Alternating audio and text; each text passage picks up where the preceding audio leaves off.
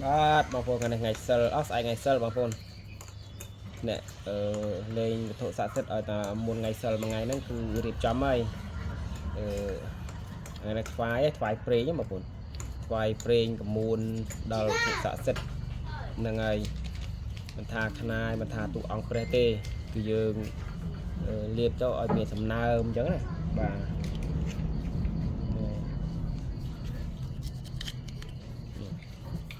លាបមកប្រេងដូងបងប្អូនយើងប្រើតែប្រេងដូងទៅល្អ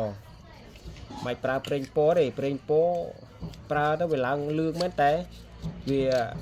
ចំពោះខ្ញុំអត់ស្អាតណាបងប្អូនខ្ញុំចូលចិត្តធម្មជាតិបាទយើងប្រើយូរទៅកាន់ស្នឹមគេថាកាន់ស្នឹមដល់ពេលទៅឡើងហើយឡើងក្រហមឬក៏ដុះម្រះនេះដុះម្រះនេះបងប្អូននេះប្រើយូរណារំឡើងម្រះហ្នឹងហើយប្រើចូលប្រហែលជាចូល5-6 ឆ្នាំមកឡើងម្រះបន្តិចហ្នឹងហើយអញ្ចឹងខ្នាយមិនងាយនឹងឡើងទេបងប្អូនបាទអញ្ចឹងយើងប្រើថែទៅឡើងហើយបាទមួយនេះគឺជ្រូកជើង5បងប្អូនជ្រូកជើង5បាទជ្រូកជើង5បាទហើយនេះតួអង្គព្រះខ្ញុំ10អង្គបងប្អូន10អង្គបាទពាក់ម្ដងគឺ10អង្គតែម្ដងមិនពាក់1 2ទេនៅថែមទៀតបងប្អូននៅថែមប្រហែលជា1អង្គ2អង្គទៀតពាក់នេះស្រឡាញ់ណាបងប្អូនស្រឡាញ់មានតាំងពីសីវលីមានតាំងពីប្រក់នេះមានតាំងពីលោកតាមលីអីសីបាទ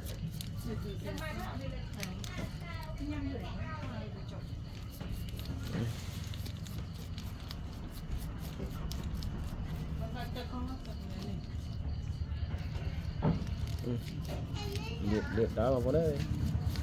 អានេះស្រឡាញ់ណាតើអ្នកស្រឡាញ់អ្នកគោរពបាន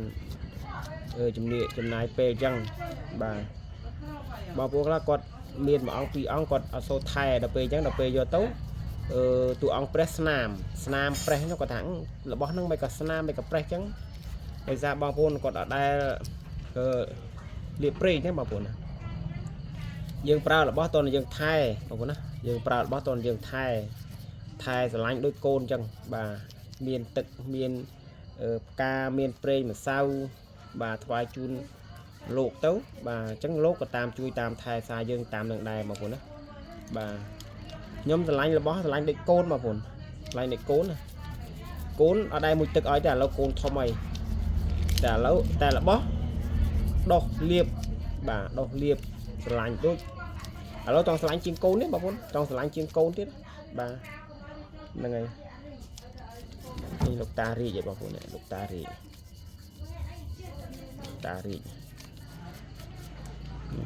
នេះពុទ្ធឈ្នះមាយ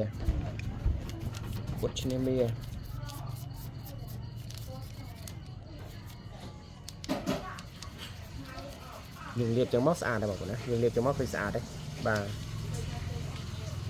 បោះខ្ញុំពាក់យូរហើយបងប្អូនអើយបោះនេះប្រក់នេះបាទចាំបើយើងលាបយើងលាបមកឃើញស្អាតដែរបងប្អូនឃើញស្អាតទេស្អាតដែរ